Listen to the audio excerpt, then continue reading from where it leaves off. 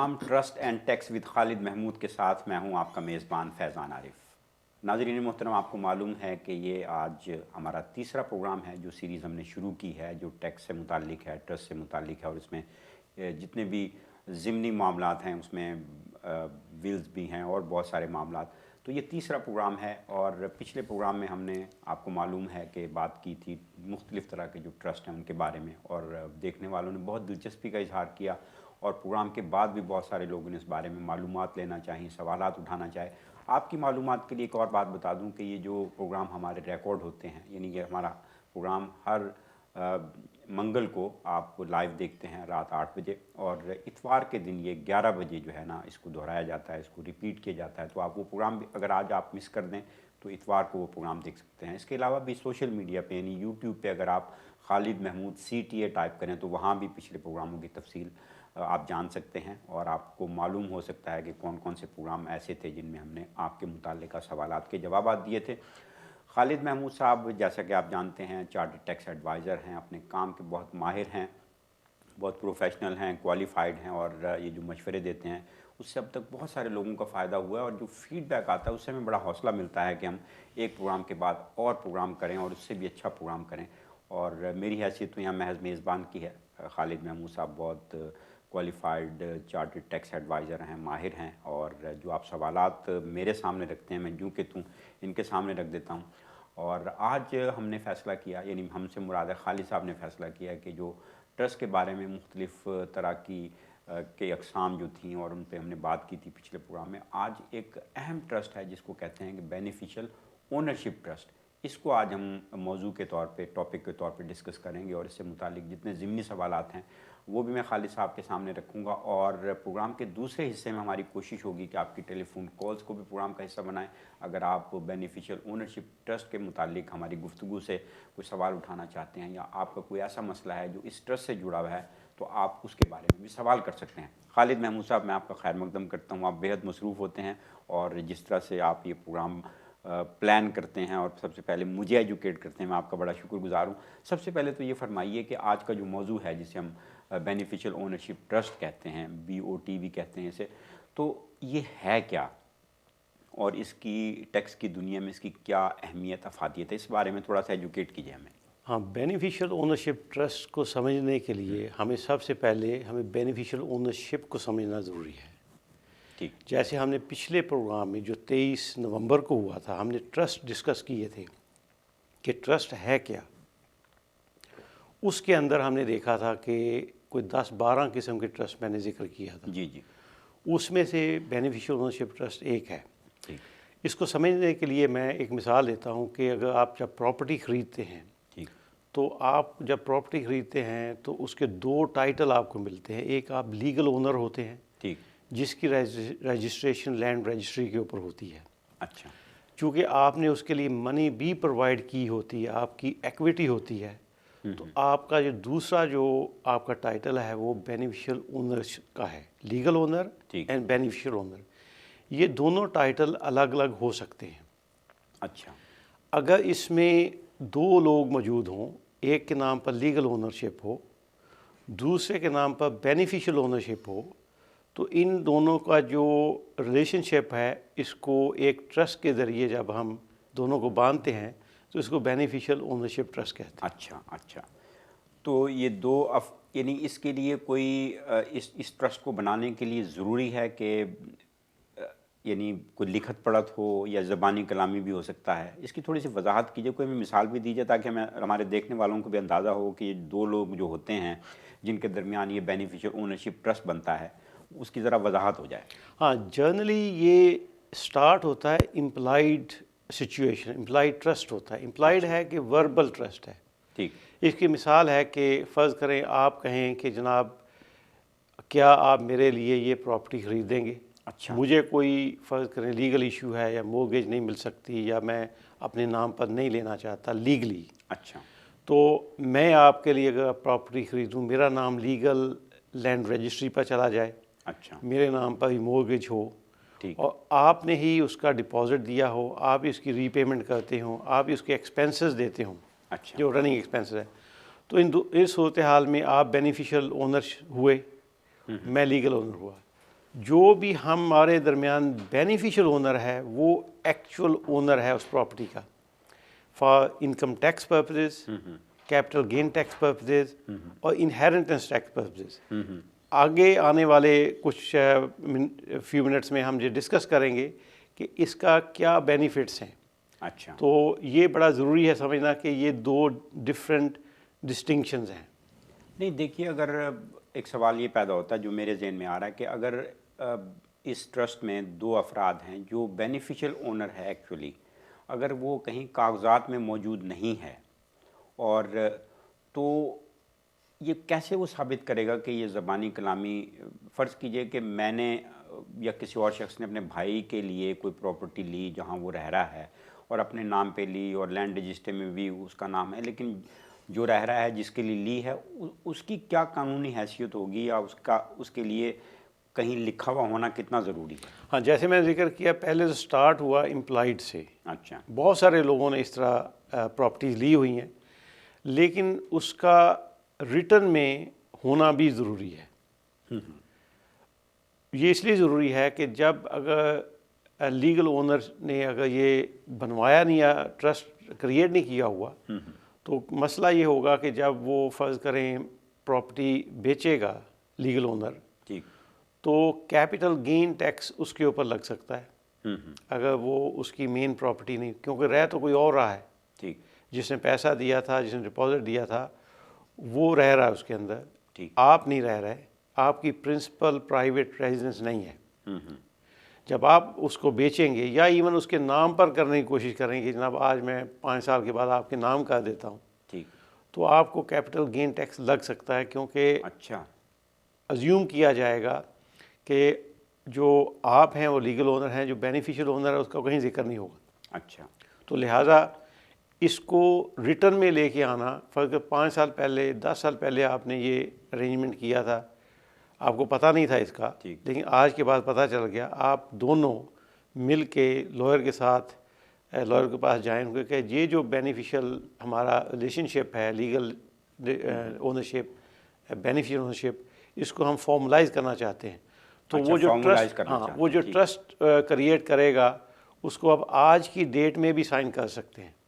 अच्छा, अगरचे हुआ था बहुत पहले, लेकिन आज की डेट में भी आप साइन कर सकते हैं, सो वो अफेक्टिव होगा फ्रॉम डे 1।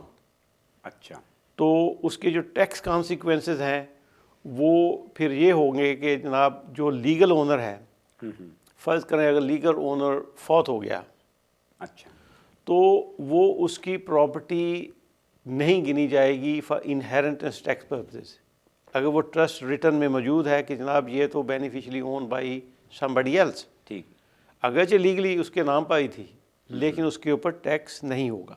अच्छा, इसी तरह जब आप वो प्रॉपर्टी फ़र्ज़ करें उनके नाम पर, जो बेनिफिशियल ओनर है वो कहता है जनाब अब मैं ले सकता हूँ, अब मेरी मॉर्गेज हो सकती है, या मेरे सर्कमस्टांस बदल गए हैं, मैं अपने नाम पर लगवाना चाहता हूँ लीगली भी, ठीक, तो जो पहले ट्रस्ट आपने कायम किया हुआ था रिटर्न में, उसकी वजह से वो जब आप ट्रांसफ़र करेंगे लीगल ओनरशिप उसको, तो वो फिर आपको लीगल ओनर को कैपिटल गेन टैक्स भी नहीं लगेगा। आमतौर पे ये जो सूरत हाल है उस वक्त होती है, लोग हैं जिनके बच्चे छोटे हैं और या बच्चे पढ़ रहे हैं, फ़र्ज़ कीजिए एक बच्चा किसी और शहर की यूनिवर्सिटी में पढ़ रहा है, तो माँ बाप ये करते हैं कि मॉर्गेज अपने नाम पे लेके, और उसको फ़र्ज़ कीजिए मेरा बेटा है वो कहीं जाके पढ़ने के लिए जाता है, तो मैं उसकी मॉर्गेज के लिए भी रकम उसको तोहफ़तन दे देता हूँ, या उसकी मॉर्गेज जो जानी है वो भी दे देता हूँ। तो क्या उसमें भी इसी तरह के, यानी जो बेनिफिशियल ओनरशिप ट्रस्ट है उसके लिए लिखा हुआ होना ज़रूरी है, इस ट्रस्ट की सारी जुज़ियात कहीं दर्ज होना ज़रूरी है कि ये मेरे बेटे के लिए मैं ख़रीद रहा हूँ, या जब वो बड़ा होगा तो बस खुद ये सब चीज़ें तय हो जाएंगी? नहीं, ये बड़ा ज़रूरी है कि वो एक लिखने में वो आ जाए, अच्छा, उसका ट्रस्ट जो है वो साइन हो जाए। अच्छा, आपने जो मिसाल दी है कि फ़र्ज़ करें आपने अपने बेटे के लिए मकान ख़रीद रहे हैं, वो यूनिवर्सिटी में जा रहा है, यूनिवर्सिटी में जहाँ रहता है रादर देन किसके ऊपर और कितनी वैल्यू होगी उसके ऊपर टैक्स लगेगा। अगर तो आपकी 650,000 पाउंड तक की टोटल एसेट जो हैं सेकंड डेथ के ऊपर वो अगर होंगे तो उसके ऊपर कोई टैक्स नहीं होगा, क्योंकि जो पहले आप में से फौत होगा उसके जो अलाउंसेस हैं वो ट्रांसफ़र हो जाएंगे सर्वाइवर को, और सर्वाइवर के भी 325,000 पाउंड हैं और जो फौत हुआ उसके भी, तो 650 जो है उसका टैक्स फ्री होगा, वो ट्रस्ट में चला जाएगा। लेकिन यहाँ एक छोटा सा और पॉइंट मैं बता दूँ कि आजकल नए फर्दर अलाउंसेस गवर्नमेंट ने दिए हैं पिछले 3-4 साल में, वो आपको फर्दर अलाउंसेस भी अवेलेबल हैं अप टू 175,000 पाउंड पर पर्सन। तो आपकी जो टोटल एस्टेट की वैल्यू है अगर वो 1 मिलियन तक है और वो एक स्पेशल क्लॉज ट्रस्ट के अंदर, ट्रस्ट नहीं विल के अंदर लिखी गई हो, स्पेशल क्लॉज, अगर वो क्लॉज लिखी गई हो तो जो एडिशनल 350,000 पाउंड अलाउंसेस हैं वो भी आप क्लेम कर सकते हैं, और बाकी 650 ट्रस्ट में चले जाएंगे। 350 ट्रस्ट में नहीं जाएंगे लेकिन 650 ट्रस्ट में चले जाएंगे, दोनों काम हो जाएंगे। आपको 350,000 पाउंड पर इनहेरिटेंस टैक्स भी बच जाएगा और 650 जो आपके ट्रस्ट में भी चले जाएंगे, तो up to 1 million pound on the second death between Mr Mrs, अगर मिरर विल है तो ये टैक्स फ्री होगा। उन्होंने ये भी पूछा है कि ये ट्रस्ट की वैलिडिटी कितने अरसे के लिए होती है ये? हाँ, अगर ट्रस्ट कितनी देर चलेगा, अगर आपने ये क्वेश्चन पूछा, तो ट्रस्ट जो है अगर डिस्क्रेशनरी ट्रस्ट उसमें सेटअप किया हुआ है तो वो स्टार्ट होगा on the at the time of second death, तो वो 125 साल 125 ईयर्स तक वो चलेगा। वो जनरेशनल ब्लड लाइन ट्रस्ट उसको कहते हैं। बिल्कुल ठीक है। अगली कॉल हम ज़रा थोड़ी सी देर के बाद लेंगे या प्रोग्राम के दूसरे हिस्से में लेंगे। खालिद साहब, हम बात कर रहे थे कि जो दो बेनिफिशियल ओनरशिप ट्रस्ट में जो दो लोग होते हैं, वह कहीं ना कहीं उनको उसको लिख लेना चाहिए, उसको कोई कानूनी शक्ल दे लेनी चाहिए। हमने ये भी बात की थी कि अगर फ़र्ज़ कीजिए मेरा बेटा है, मैंने उसके लिए घर ख़रीदा जहाँ वो पढ़ रहा है, उसके बाद अच्छा अगर ये हो कि वो पढ़ लिख के वापस आ जाए, घर वहीं मौजूद रहे, वो किराए पे दे दिया जाए, तो फिर उसकी नौयत बदल जाएगी, तो वो प्रॉपर्टी बाय टू लेट बन जाएगी। उस सूरत में इस ओनरशिप का क्या होगा? हाँ, उस सूरत हाल में भी बहुत बेनिफिशियल है। अच्छा, अगरचे आपने एम्प्लॉयड ट्रस्ट क्रिएट किया था between your son and you, जो वर्बल था, ठीक ठीक, बाद में आपने उसे फॉर्मलाइज कर लिया, रिटर्न में ले आए कि जनाब ये आपकी प्रॉपर्टी है बेनिफिशली, और जो हस्बैंड फादर है वो लीगल ओनर है। अब वो उसकी एजुकेशन ख़त्म हो गई या नीड ख़त्म हो गई, तो अब वो रेंट कर दी। ठीक, तो उसका रेंट है वो चूँकि जो बेनिफिशियल ओनर है वो सन है, उसी के नाम पर वो रेंट फिर आना चाहिए, ठीक, और उसी के नाम पर डिक्लेयर होना चाहिए। ठीक, अगर आपने रेंट डिक्लेयर नहीं किया हुआ, बाज़ का ये कन्फ्यूजन होती है कि लीगल ओनर तो फ़र्ज़ में वालिद है, बेनिफिशियल ओनर सन है, सन समझता है कि वालिद डिक्लेयर करेगा, वालिद कहता है कि पता नहीं मेरा जो बेटा है उसको डिक्लेयर करना चाहिए, या अगर ये कन्फ्यूजन है तो कई साल हो गए फिर रेंट डिक्लेयर ही नहीं किया। होता ही है ना, रेंट जो आता है वो मॉर्गेज में चला जाता है, वो कहते हैं डिक्लेयर करने की ज़रूरत क्या है। हाँ, उसमें दो चीज़ें हैं, अगर रेंट इक्वल है उसके मॉर्गेज के, फिर भी आपको HMRC में वो डिक्लेयर करना है। ठीक, ये ज़रूरी नहीं है कि अगर बराबर हो जाए तो वो उसकी वो डिक्लेयर करने से आपको माफ़ी है, आपको अपने डिक्लेयर करना है।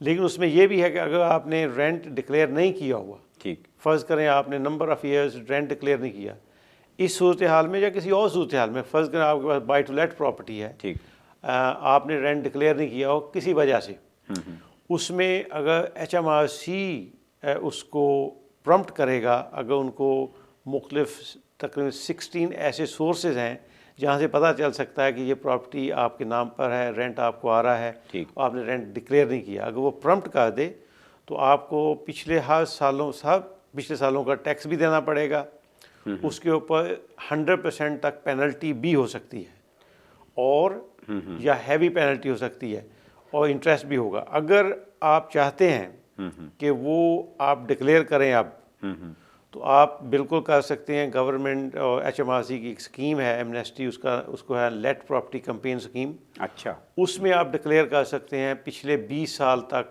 अगर आपने रेंट डिक्लेयर नहीं किया हुआ, आप नॉर्मल टैक्स पे करेंगे, और बहुत नॉमिनल पेनल्टी है, 10% है और मैक्सिमम 20% है। अच्छा, वो आप डिक्लेयर करके पे करके अपनी पोजीशन को आप क्लियर कर सकते हैं। बहुत सारे लोग हैं जिनको नहीं अंदाज़ा था, लाइलमी की वजह से वो रेंट डिक्लेयर नहीं करते, और जब वो रेंट कोई में बताता है, आप जैसा कोई प्रोफेशनल या इन मामलात का माहिर, तो उन्हें ख्याल आता है अब तो 15-20 साल हो गए हैं, अब अगर हम डिक्लेयर करेंगे तो HMRC कहीं हैवी पेनल्टी, तो उन्हें फिर अज़ खुद कर सकते हैं या उन्हें किसी एडवाइज़र के पास जाना चाहिए, किसी ऐसे बंदे के पास जाना चाहिए जो प्रोफेशनल हो इस सिलसिले में, उन्हें सही रास्ता बताए? मेरा ख्याल है कि अगर उन्होंने इस तरह का काम पहले नहीं किया या उसको पता नहीं है तो उनको लाजमी तौर पर किसी प्रोफेशनल के पास जाना चाहिए। जो चार्टर्ड अकाउंटेंट हैं मोस्टली वो भी उनका काम कर सकते हैं, चार्टर्ड टैक्स एडवाइज़र भी कर सकते हैं। तो वो सिंपल उसका तरीका है, आप ऑनलाइन जाके अपनी नोटिफिकेशन करें, एक बहुत सादा सा फॉर्म है, नोटिफिकेशन कर दें। नोटिफिकेशन के बाद आपके पास 90 डेज़ होते हैं। अच्छा, अब 90 डेज़ में आप पिछले सालों के जो रेंटल अकाउंट्स हैं वो तैयार करें, उसके बाद टैक्स कैलकुलेट करके उनको फ़ाइल करें विद इन 90 डेज़। अगर आप 90 डेज़ में नहीं कर सकते, आजकल पैंडेमिक की वजह से वो आपको एक्सटेंशन भी उसमें दे देते हैं। बिल्कुल ठीक। Programme trust and tax with Khalid Mahmood जारी रहेगा। मुझे बताया जा रहा है वक्त एक छोटे से वक्फे के बाद हाजिर खिदमत होंगे, तो आपकी टेलीफोन कॉल्स भी लेंगे। लीजिए चलते हैं एक शॉर्ट ब्रेक की तरफ।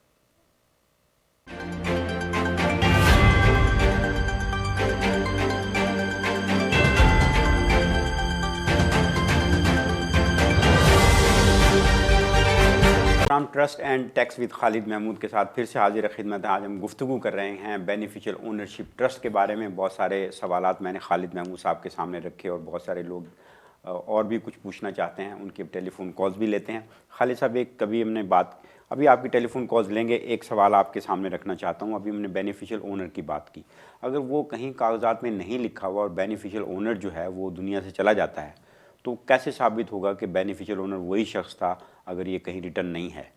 हाँ, उसकी औलाद कहती है कि जी ये तो हमारे वालिद साहब की, हमारी वालदा की जायदाद थी, लिखा हुआ नहीं था, सब कुछ वर्बल था। हाँ, ये बड़ा मुश्किल होगा उस वक्त साबित करना। अगर उसके नेक्स्ट ऑफ किन साबित करने में कामयाब हो जाते हैं, फ़र्ज़ करें वो कहते हैं कि जनाब हमारे वालिद ने इसका डिपॉज़िट भी दिया था, ठीक, हम ये सारे जो एक्सपेंसेस हैं वो भी पे करते थे, इलेक्ट्रिक गैस काउंसिल टैक्स हम पे करते थे, वो सारी चीज़ें साबित करनी पड़ेंगी। फिर जाके वो आपका अगर केस स्ट्रॉन्ग हुआ तो वो आपको प्रॉपर्टी फ़र्ज़ करें आपको मिलेगी, और उसका जो लीगल ओनर है उसको टेक्निकली कुछ नहीं मिलना चाहिए। ठीक। लेकिन इसीलिए हम ये चाहते हैं, कह रहे हैं कि उसको अगर आपने फॉर्मलाइज नहीं किया हुआ, ठीक, वर्बल है, बहुत मौक़ों पर हमने देखा वर्बल है, उसको आप फॉर्मलाइज आज की डेट में कर लें। बेशक आपने 20 साल पहले प्रॉपर्टी ली थी, ठीक, किसी ने आपके बिहाफ पर ली थी, लीगल ओनर वो है, जब भी ली थी आप उसको आज की डेट में उसको फॉर्मलाइज कर लें। जब फॉर्मलाइज हो जाएगी तो एक जो पीस ऑफ पेपर है या 2 पीस ऑफ पेपर जिसके ऊपर ट्रस्ट बना हुआ है, दैट विल बी सफिशेंट। वो आप किसी भी HMRC में कोर्ट में पेश करेंगे तो उसको वो माना जाएगा कि ये आप बेनिफिशियल ओनर हैं, तो लिहाजा आपकी प्रॉपर्टी है। अगर किसी ने ये इस तरह से यानी कागजात में नहीं लिखा हुआ, अपनी विल के अंदर इसका जिक्र किया हुआ, फिर उसकी कानूनी हैसियत क्या होगी? हाँ, विल के अंदर वो अगर लिखा हुआ कि साहब के फ़लाँ प्रॉपर्टी मेरी है, बेनिफिशली मैं ओन करता हूँ, तो वो एक सबूत गिना जाएगा। अच्छा। लेकिन उसको अगर प्रूव करना हो कि जनाब साहब के इसको आपने कब पे किया था, कितना डिपॉजिट दिया था, किस तरह आपकी प्रॉपर्टी है, तो वो पहले जो मसाइल मैंने पेश किए हैं वही मसाइल होंगे। तो लिहाजा इनसे बचने के लिए आप क्यों नहीं उसको फॉर्मलाइज कर लें जब भी चांस मिले, तो ताकि ये सिचुएशन क्लियर हो। एक और बात दिलचस्प है कि स्टैम्प ड्यूटी के मतलब मैं बताना चाह रहा हूँ। स्टैम्प ड्यूटी के मतलब ये है कि अगर आपके नाम पर एक प्रॉपर्टी पहले है, ठीक, और आप कोई दूसरी प्रॉपर्टी ख़रीदना चाहते हैं, ठीक, अब इसी मिसाल में ले लें कि आप दूसरी प्रॉपर्टी आपने किसी अपने बेटे के लिए ख़रीदना चाह रहे हैं, ठीक, और वो जो हमने पहले जिक्र किया था कि वो बेटे को आप वो बेनिफिशियल ओनर है उसके लिए ख़रीद रहे हैं जी, तो आपको चाहिए कि आप बेनिफिशियल ओनरशिप ट्रस्ट पहले बना लें। जब आपकी ट्रांजैक्शन हो रही है उस वक्त बना लें। अगर बनाएंगे तो आपके ऊपर जो एक्स्ट्रा 3% इसका सरचार्ज, SDLT सरचार्ज 3%, वो आप पर नहीं लगेगा, क्योंकि आपको नॉर्मली तब लगता है कि आप दूसरी प्रॉपर्टी जब ख़रीदते हैं तो आपको नॉर्मल स्टैम्प ड्यूटी तो प्लस 3% सरचार्ज लगता है। अगरचे आजकल नॉर्मल स्टैम्प ड्यूटी के ऊपर रिलीफ है अप टू 31 मार्च 2021। अच्छा, लेकिन जो 3% है वो हमें अभी लगता है। अच्छा, अगर आप बेनिफिशियल ओनरशिप ट्रस्ट बनाएं क्योंकि आप अपने लिए नहीं खरीद रहे, किसी के लिए खरीद रहे हैं, ठीक, उसके बिहाफ पर खरीद रहे हैं, तो ये जो ट्रस्ट है आपको इसका भी फ़ायदा देगा कि आपको एक्स्ट्रा 3% स्टैम्प ड्यूटी भी नहीं लगेगी। बिल्कुल ठीक। एक और सवाल इससे पहले कि मैं टेलीफोन कॉल लूँ, एक सवाल आपसे पूछना चाहता हूँ कि जब हम ट्रस्ट का जिक्र करते हैं, क्या विल के बगैर ट्रस्ट बन सकता है? हाँ बिल्कुल, विल और के या क्या ये लाजिम व मलजूम है? विल के बगैर बिल्कुल ये जो ट्रस्ट है ये बिल्कुल बन सकता है, लेकिन विल का आपस में जो ताल्लुक़ है इसके साथ कि जब आप बेनिफिशियल ओनरशिप बना लें, आप बेनिफिशली ओन करते हैं, तो फिर अपनी आप विल में लिख सकते हैं कि जनाब ये प्रॉपर्टी मेरी फ़लाँ लोगों को जाए मेरी वफ़ात के ऊपर।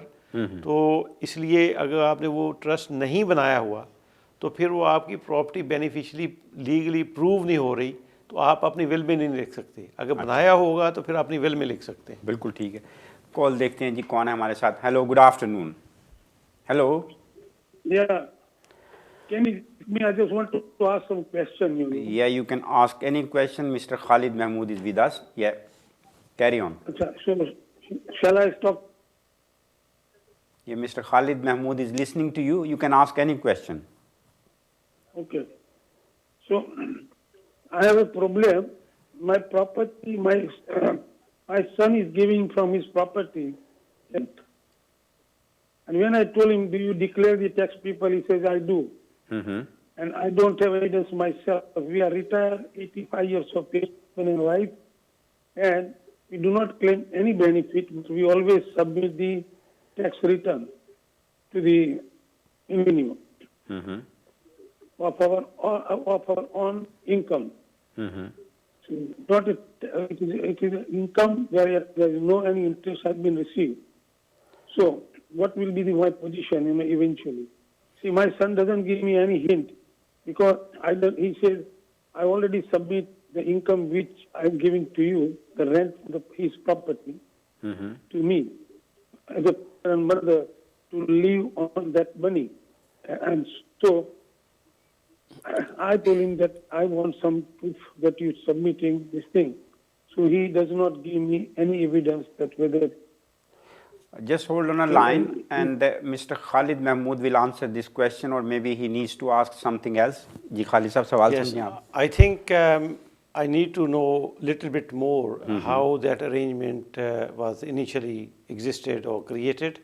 So if you can kindly email to us your question, probably I will be able to answer more in detail rather than without looking paperwork. I think it will be not professional to answer that. बिल्कुल ठीक है। अच्छा खालिद साहब, अगली call लेने से पहले एक और बात आपसे पूछना चाह रहा था मैं। ये अभी हमने इस सीरीज़ के जो पहले प्रोग्राम्स किए थे उसमें हमने विल और ट्रस्ट पे बड़ा फोकस किया था, और विल अब हमारा चूँकि टैक्स और ट्रस्ट के मामलात को हम ज़्यादा इस पर डिस्कस कर रहे हैं, लेकिन इसमें विल भी जो है ना उसकी भी अहमियत, और ज़ाहिर है जब ट्रस्ट होगा तो विल भी होगी। तो अब हालात थोड़े से बदल रहे हैं और बहुत सारी, यानी ज़ाहिर है इस मुल्क के अंदर मोर देन 50,000 लोग दुनिया से चले गए हैं, और लोगों को अब थोड़ा सा फ़िक्र होती है कि अब जो है ना अपनी विल लिखवा लेनी चाहिए। तो इन हालात में कुछ थोड़े से विल के जो ज़ाब्ते कानून हैं कुछ बदल गए हैं या कुछ वैसे ही हैं जैसे ये कोविड-19 से पहले थे? हाँ, जैसे हमने पिछली सीरीज़ में काफ़ी गौर किया था, विल के मामलात के ऊपर काफ़ी सैर हासिल गुफ्तगू की थी, तो मेरा ख्याल है कि उसकी इम्पोर्टेंस उतनी ही है बल्कि उससे बढ़ गई है। अच्छा। और पहले ये था कि आप जब विल बनाते थे तो उसके लिए जब आप साइन करते हैं, विल को अप्रूव करते हैं, तो आपको 2 इंडिपेंडेंट विटनेस चाहिए। अच्छा। अब वो आजकल के हालात में विटनेस जो हैं बड़ी मुश्किल से मिलते हैं, आप इकट्ठे हो नहीं सकते, और लॉयर फर्म भी कोशिश करती हैं कि वो ज़्यादा लोग इकट्ठे ना हों, तो लिहाजा उसके लिए गवर्नमेंट ने कुछ रूल बदल दिए थे। ठीक ठीक। अब जो 1 फरवरी 2020 से लेके 2 साल तक आप जो है जो विल है आपकी, वो आप ऑनलाइन ऑन वीडियो कॉन्फ्रेंस के ऊपर आप उसको विटनेस कर सकते हैं। अच्छा अच्छा। फ़र्ज़ करें उसका तरीका ये है कि जब आप साइन करेंगे विल, तो जूम के ऊपर या वीडियो कॉन्फ्रेंस के ऊपर 2 विटनेस आपको देख रहे हों। अच्छा अच्छा। जब आप साइन कर दें, साइन करने के बाद आप विल जो है फिज़िकली बाई पोस्ट या बाई हैंड उनको दें जाके। अच्छा जब वो विटनेस साइन करें तो आप उनको देख रहे हो अच्छा फिर जूम के ऊपर। इस तरह रूल्स हैं, डिटेल रूल आप गूगल कर सकते हैं, आजकल हर जगह पर लगे हुए हैं। उसके लिए ये है कि आपको कहीं जाना नहीं पड़ेगा। अगर आपका लॉयर है या आपका जो विल राइटर है उसने विल बना दी है तो आप अपने घर में बैठ के भी उसको अप्रूव कर सकते हैं और विटनेस हो सकती हैं बाई पोस्ट। थोड़ा टाइम लग जाएगा, देखिए दो जो नए रूल हैं वो 2 साल के लिए हैं। बिल्कुल ठीक। और वो तकरीबन 2022 में जनवरी में वो फिर ख़त्म हो जाएंगे। बिल्कुल ठीक। और भी एक सवाल है, लेकिन 2-1 कॉल्स लेते हैं, फिर उसके बाद सवाल जवाब की तरफ चलेंगे। मैं बात कर सकता हूँ अपना? जी बात कीजिए, कौन साहब और क्या पूछना चाहेंगे? पूछना ये है कि मैंने 2 प्रॉपर्टी बाय लेट लिया हुआ है। अच्छा 1990 का। अच्छा ये 1990 में लिया था। जी जी और वो मैं ऑलरेडी उनका जो टैक्स किराया आता है ना, जी जी मैं उनका टैक्स दे कर रहा हूँ अच्छा HMRC को। अच्छा तो उसके जब जाना है मेरी विल में अपने बच्चे के और लड़कियों के लिए, मैं कुछ बच्चे को देना है सभी कुछ और लड़कियों को भी कुछ देना है। आपने अपनी विल लिखवा रखी है? बनाई हुई है और उसमें बच्चियों को मैं जो देना है वो लिखा हुआ है। अच्छा और आफ्टर माय डेथ मैं अपने लड़के को दिए हुए हैं मेरे घर की प्रॉपर्टी और ये बाय टू लेट वाली प्रॉपर्टीज भी, और उनका डिक्लेयर किया हुआ है। मुझे इसका जो किराया वगैरह आता है जी जी वो लड़का टेक ओवर करेगा। अच्छा एंड ये मुझे किराया आ रहा है। राइट मतलब एक दफा ने नहीं किया था तो मुझे पेनल्टी पड़ी थी HMRC से। अच्छा तो वो मैंने दे दी थी। उसके बाद मैं एवरी ईयर डिक्लेयर करता हूँ। ठीक ठीक। उसके लिए चाहता हूँ कि क्या हमें टैक्स वगैरह ट्रस्ट वगैरह बनानी चाहिए? अगर बनानी चाहिए तो मैं इनको चाहता हूँ कि वो मेरी ट्रस्ट बनाए। चलिए ठीक है, खालिद साहब के सामने मेरे ख्याल आपका सवाल की वजाहत होगी। एक काफ़ी सारे कॉलर्स हैं, अगर आप इजाज़त दें तो एक और कॉल ले लें, फिर 2 सवाल इकट्ठे हो जाएंगे। देखते हैं जी हमारे साथ कौन है अगले caller. Hello, good afternoon. Good afternoon to you. Who is there?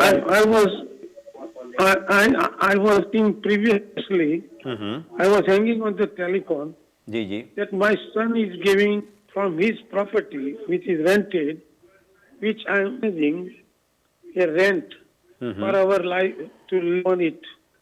We are old age parent, disabled.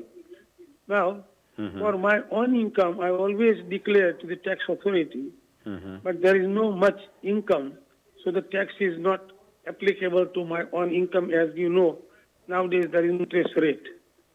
Okay Now, whenever I ask my son that are you sure that you're declaring the rent which you are paying to me, he says yes, I do declare against his income and offset it, okay. but no evidence with me. I think Mr. Khalid Mahmood has got your question and I've been told there is another break.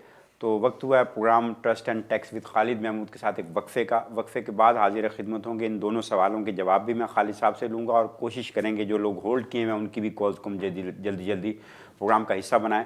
तो चलते हैं एक छोटे से वक्फे की तरफ।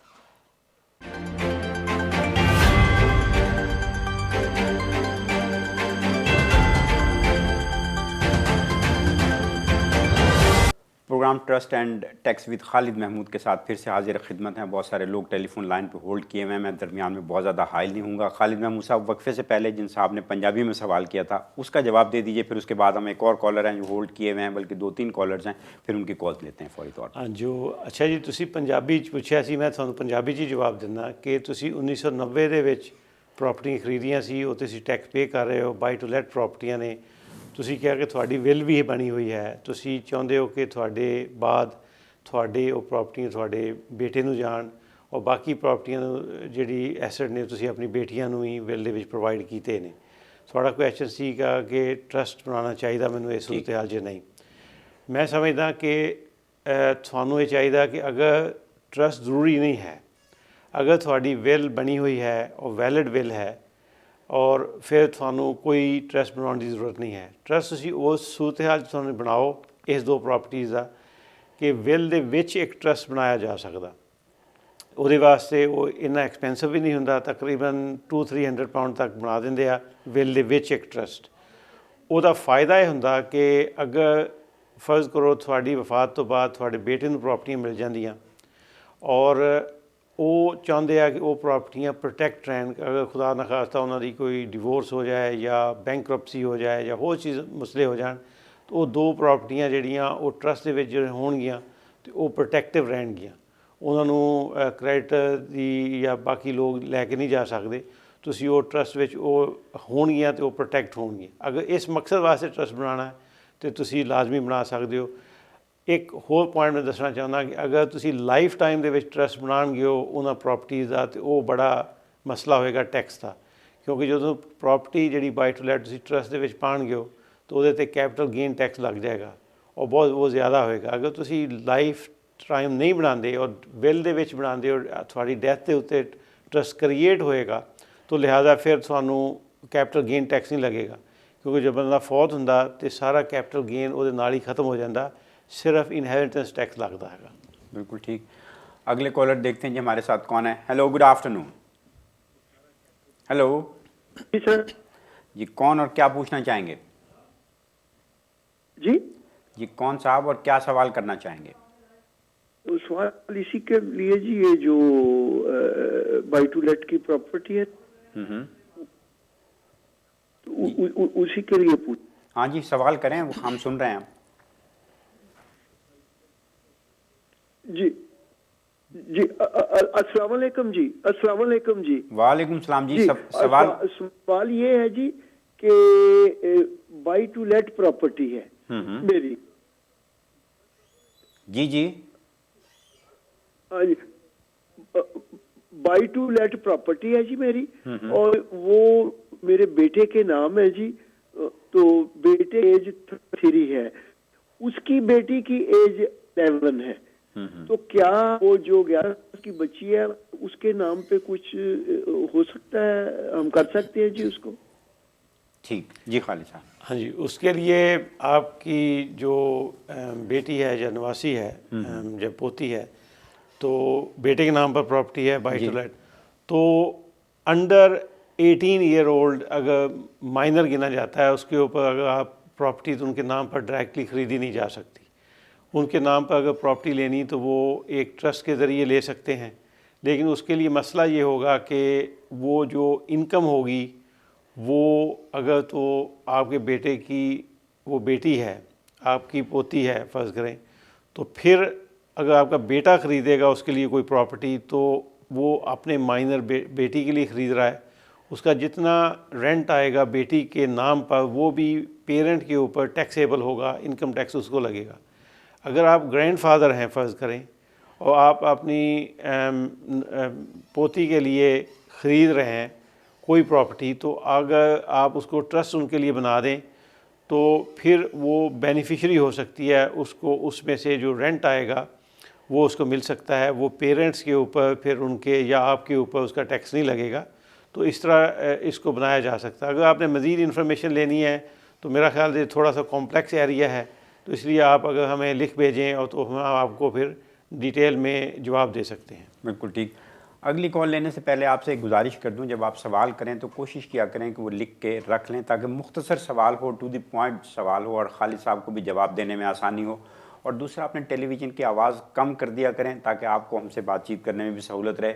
और बहुत सारे लोग ऐसे हैं जो सवाल करते हैं तो उस सवाल का जवाब उन्हें मिल जाता है, लेकिन उस जवाब से मज़ीद कई सवालात पैदा होते हैं। तो उनके जवाब लेने के लिए आपको टेलीविज़न की स्क्रीन पर जब प्रोग्राम ख़त्म होने लगता है तो ईमेल एड्रेस नज़र आता है, फ़ोन नंबर है, तो आप वहाँ कॉल करके या ईमेल करके अपना सवाल छोड़ सकते हैं, या कोई बात आपने ऐसी पूछनी है जो आपके सवाल के जवाब में नहीं आई तो वो भी पूछी जा सकती है। एक और बात जो अहम है, ये जो प्रोग्राम है और इसमें जो खालिद साहब की जो प्रोफेशनल यानी जो महारत है उसमें वो उतना ही जवाब दे सकते हैं जितना सवाल होता है। तो यानी आप इस प्रोग्राम में आपको आपके सवाल का बहुत मुफस्सल जवाब देना हमारे लिए यानी खालिद साहब के लिए मुमकिन भी नहीं होता। तो बेहतर है कि नंबर लिख के रख लें और ईमेल एड्रेस नोट करके रख लें, ताकि आपको बाद में अगर कोई ज़रूरत पेश आए सवाल करने की या कुछ और वजाहत तलब करने की तो आप उस पर रब्ता कर सकते हैं। कॉलर देखते हैं जी हमारे साथ कौन है। Hello, good afternoon. हेलो जी, कौन क्या पूछना चाहेंगे? हाँ जी, मैं जरा प्रोबेट में पूछना मांगती। जी जी तो क्या क्वेश्चन अभी मैं कर सकूं या उनसे जी बात जी बिल्कुल, आप करें, अंग्रेजी में, हिंदी में, उर्दू में, जो जो जिस तरह आपको आसानी हो। तो मैं क्या अभी बोलना शुरू करूं? जी जी करें, आप बिल्कुल लाइव हैं इस वक्त टेलीविजन पे। अच्छा ठीक है, ऑलराइट। तो गुड इवनिंग। मेरा क्वेश्चन जो है वो प्रोबेट के ऊपर है। जैसे मेरे हस्बैंड के ज्यादातर जॉइंट अकाउंट्स हैंगे, मगर अगर जैसे एक जने की डेथ होती है तो प्रोबेट होता है क्या? सर्वाइव स्पाउस का प्रोबेट होता है या प्रोबेट नहीं होता? इस बात के ऊपर मैं आपका एडवाइस चाहूंगी। Thank you very much. बिल्कुल ठीक।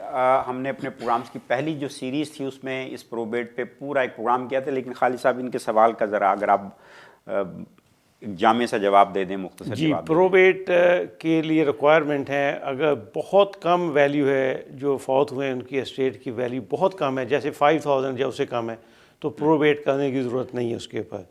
अगर जॉइंट अकाउंट हैं आपके तो या जॉइंट प्रॉपर्टीज़ हैं तो उसमें जो फौत हुए हैं उनकी जो हिस्से की ऑटोमेटिकली जो प्रॉपर्टी या वैल्यू जो सर्वाइविंग स्पाउस है उसको ऑटोमेटिकली मिल जाती है। ठीक। मिल जाने का मकसद ये नहीं है कि प्रोबेट नहीं होगा, फिर भी प्रोबेट होगा। एक उसको कहते हैं एक्सेप्टेड एस्टेट। एक्सेप्टेड एस्टेट के अंदर ये होता है कि आपको बेसिक फॉर्म कंप्लीट करके भेजने पड़ते हैं। HMRC को बताना पड़ता है कि ये प्रॉपर्टियाँ थीं, ये बैंक अकाउंट थे, वो जॉइंट थे, जो सर्वाइविंग स्पाउस है उसको वो फर्ज करें मिल गए हैं। चूँकि बिटवीन हस्बैंड वाइफ जो है टैक्स की कोई टैक्सेबल नहीं है, तो लिहाजा इनलैंड रेवेन्यू को बताने के लिए, जो HMRC उसको बताने के लिए वो फॉर्म कंप्लीट करने पड़ते हैं। तो वो जब फॉर्म कंप्लीट करके आप भेजते हैं तो वो उसको एक्सेप्ट कर देते हैं कि कोई टैक्स ड्यू नहीं है, और वो फिर टेक्निकली अगर कोई प्रॉपर्टी आपके जॉइंट नाम के ऊपर है तो फिर आप उसको लैंड रजिस्ट्री को आप बेसिकली डेथ सर्टिफिकेट भेज दें तो वो अपडेट कर देते हैं। जो सर्वाइविंग स्पाउस है उसके नाम को रहने देते हैं, जो फौत हो जाता है उसको निकाल देते हैं। इसी तरह बैंक भी ये कहते हैं, बैंक उनका नाम निकाल देंगे और आपका नाम रहेगा, लेकिन कोई टैक्स कॉन्सिक्वेंसेस नहीं होंगे। लेकिन उसका प्रोबेट बेसिक फॉर्म ज़रूर HMRC को जाता है और उसकी वैल्यू पर भी डिपेंड करता है। अगर 1 मिलियन से नीचे टोटल एसेट्स हैं तो वो फॉर्म में फिर कुछ ज़्यादा डिटेल देने की ज़रूरत नहीं है। अगर वैल्यू उसकी £1 मिलियन से ऊपर है और उसके अंदर कई ट्रस्ट भी हैं तो फिर वो प्रॉपर IST 400 फॉर्म वो जाता है, और अगरचे टैक्स ड्यू नहीं होगा लेकिन वो HMRC उसको बताना पड़ता है। तो एक पूरा प्रोसेस है। मैं चाहूँगा कि आप उसके लिए अगर कोई कॉम्प्लेक्स स्टेट है आपकी तो आप किसी प्रोफेशनल से जो प्रोबेट का माहिर है उससे आप मशवरा करें। बिल्कुल ठीक। अगली कॉल देखते हैं जी हमारे साथ कौन है। Hello, good afternoon. हेलो जी, कौन साहब, कौन साहिबा, क्या पूछना चाहेंगे? अपने टेलीविज़न की आवाज़ कम करके बात कीजिए प्लीज़। हेलो हेलो, हम आपको सुन रहे हैं, ज़रा ज़ोर से बोलें और जी। हेलो, मैं ख्याल ये लाइन ड्रॉप हो रही हैं, 3-4 लोग टेलीफोन। अगले कॉलर देखते हैं जी कौन है। Hello, good afternoon. हेलो जी, कौन और क्या पूछना चाहेंगे? जी पूछना चाहना सा जे। हेलो जी जी जी पूछना चाहना सा जे कोई विल ने बारे पूछना चाहना सा जे विल क्या कुछ ऐसे बनाने वास्ते। ठीक है जी। खालिद साहब, विल बनाने के लिए क्या करना चाहिए? आपको विल बनाने के लिए बिल्कुल सादा चीज़ है कि किसी प्रोफेशनल लॉयर के पास जाएं। जब विल राइटर जो प्रोफेशनल हो उसकी क्वालिफ़िकेशन चेक कर दें, बाकी सारी वो स्टेजेस आपको खुद बताएगा। तो आप विल बनाने के लिए विल आपकी लाजमी होनी चाहिए। अगर हस्बैंड वाइफ हैं तो आपकी मिरर विल होनी चाहिए। 2 विल्स होती हैं, एक हस्बैंड की, एक वाइफ की। अगर फ़र्ज़ के हस्बैंड पहले खुदा न खास्ता फौत हो जाए तो वो उसके सारे एसेट हर चीज़ वाइफ को चली जाए ताकि टैक्स पेएबल ना हो पहली डेथ के ऊपर। सेकंड डेथ के ऊपर फिर टैक्स पेएबल होगा। अगर वाइफ पहले फौत हो जाए तो हर चीज़ उसकी हस्बैंड को मिल जाएगी, तो मिरर विल होती है। तो अगर आप प्रोफेशनल किसी के पास जाएंगे, विल राइटर के पास, तो ये आपको मज़ीद इसका बता सकेगा। बिल्कुल ठीक है। खालिद महमूद साहब की जो कंपनी है वो उस वहाँ जो लोग काम करते हैं सारे के सारे क्वालिफाइड हैं इस सिलसिले में, वो भी आपकी मदद कर सकते हैं। आप इनका नंबर भी लेके रख सकते हैं या अपना नंबर छोड़ सकते हैं। इस सिलसिले में वो आपकी रहनुमाई करेंगे, आपकी मदद करेंगे। अगली कॉल देखते हैं जी किसकी है। Hello, good afternoon. Hello, good afternoon. मेरा ख्याल है अब लोग जो है वो टेलीविज़न की आवाज़ बहुत ज़्यादा करके बात करते हैं हमसे। इससे पहले कि इस लाइन को ड्रॉप करके अगले कॉलर को लें, एक सवाल मैं आपसे पूछना चाह रहा हूँ, इस विल और प्रोबेट के बारे में है। अगर ये प्रोबेट से पहले किसी ने विल ना लिखवा रखी हो तो उसकी नौयत क्या होती है? अगर विल लिखवा रखी है तो प्रोबेट में से कोई आसानी पैदा हो सकती है? बिल्कुल, आपकी अगर विल नहीं लिखी हुई और आप खुदा न खास्ता वो आदमी फौत हो जाए, तो उसके जो रूल हैं डिस्ट्रीब्यूशन के स्टेट के, वो एक 100 साल पुराने रूल हैं। अच्छा। इसे रूल ऑफ इंटेसेसी, उसके मुताबिक डिस्ट्रीब्यूशन होती है।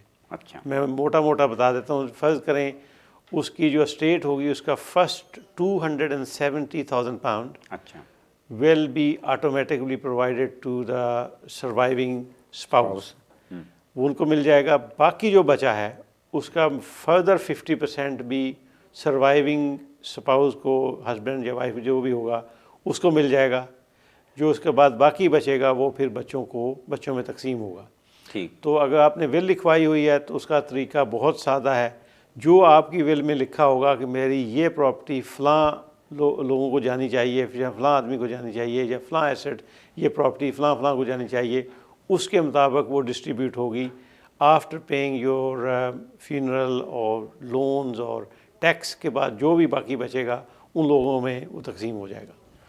अच्छा, अगर फ़र्ज़ कीजिए जो इस वक्त हालात जा रहे हैं, ये सवाल मैं बाद में करूँगा, पहले टेलीफोन कॉल की तरफ चलते हैं। मुझे बताया जा रहा है बहुत सारे लोग होल्ड किए हुए हैं और बहुत सारे लोग हैं जो अपने टेलीविज़न पे अपनी आवाज़ भी सुनना चाहते हैं, अपनी तस्वीर।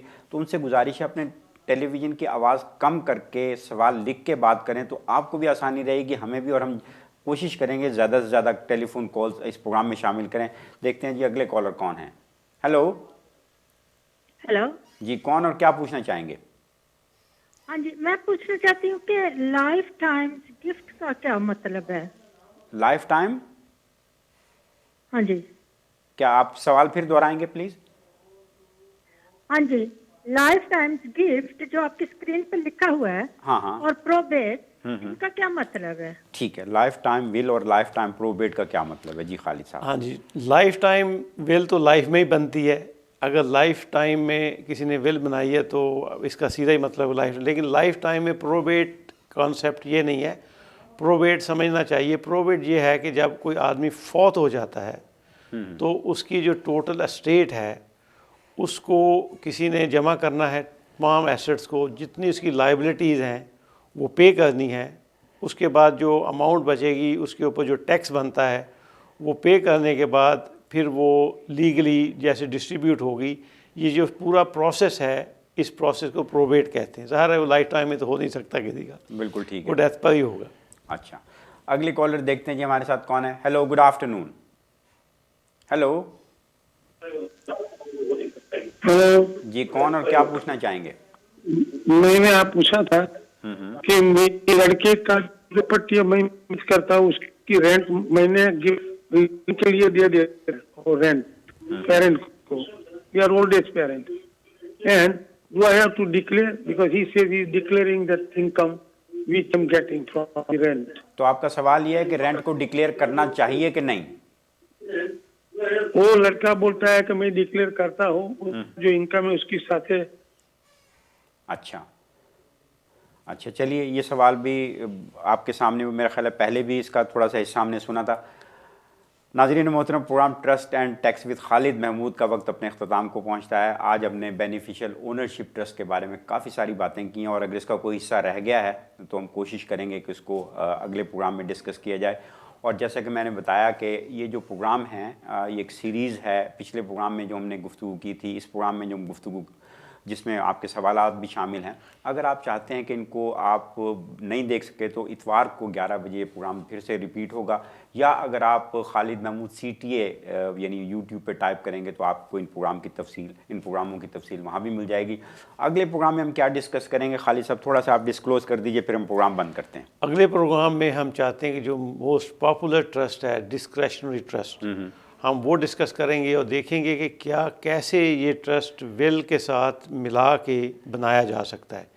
लाइफ टाइम में भी बनाया जा सकता है और विल के अंदर भी बनाया जा सकता है। ये अगले प्रोग्राम में हम डिस्कस करेंगे। चलिए, इसके साथ ही program trust and tax with Khalid Mahmood अपने अख्ताम को पहुंचता है। बहुत सारे लोग टेलीफोन लाइन पे होल्ड किए हैं, हम कोशिश करेंगे प्रोग्राम के बाद उनसे खालिद महमूद साहब की बात कराएं।